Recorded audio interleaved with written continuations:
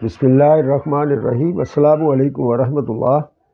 دمہ کے مریض کو ایفیڈرا یعنی جسے سوما کالپا کہتے ہیں، یہ پاکستان میں بلوچستان میں بہت زیادہ اس کی خود کار یہ اگتا ہے، اور اس کو طبی علاج میں ہم دمے کے لیے بے ضرر قرار دیتے ہیں۔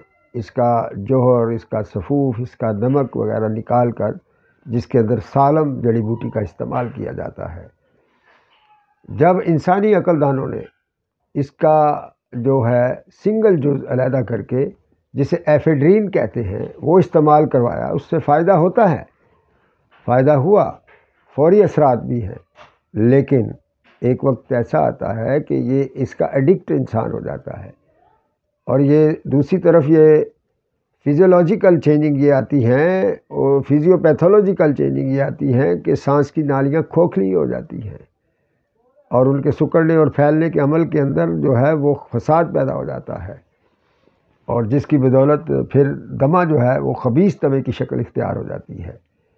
تو لیکن جن لوگوں نے جن پر سوما کالپا سالم حالت میں پورا مرکب جو قدرتی مرکب تھا اس کا استعمال کیا، ان کو کوئی نقصان نہ ہوا بلکہ فائدہ ہی فائدہ ہوا۔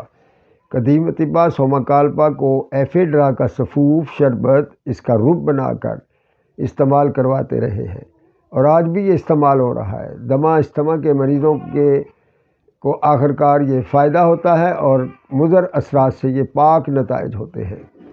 ہم نے جیسے پچھلے دنوں میں انڈے کے بارے میں، انڈے کے جو مرکب القوا قدرتی حالت ہے اس کے بارے میں بات کی تھی، تو یہ بھی ایک مرکب القوا قدرتی حالت کی ایک مثال پیش کر رہے ہیں کہ جڑی بوٹیوں کے اندر بھی ایسا ہی ہوتا ہے۔ لیکن جب ایفیڈرا کی جز ایفیڈرین کو علیحدہ حاصل کر کے دمہ کے مریضوں کو کھلایا گیا تو یہ نفع بھی ہوا اور اس کے ساتھ نقصان بھی ہوا، یعنی اس کا انسان ایڈکٹ بھی ہوا، اور مریض کے سانس کی نالیاں اپنی حساسیت یا جسامت میں کھوکھلی ہو جاتی ہیں۔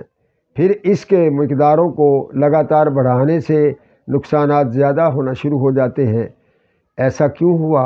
جواب بڑا سادہ الفاظ میں یہ ہے کہ ایفیڈرا کا اہم دو اجزاء اس کے اندر پائے جاتے ہیں۔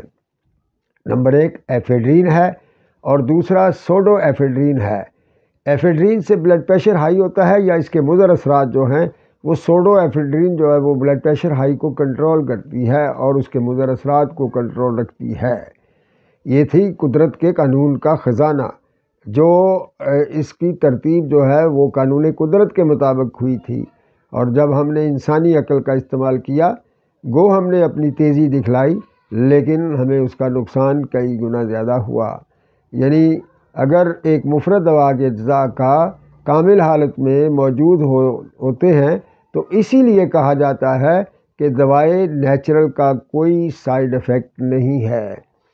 اسی طرح سے قدرتی غذاؤں کا بھی انسانوں کے لیے نفع ہی نفع ہے اور کوئی نقصان نہیں ہے۔ جزاک اللہ۔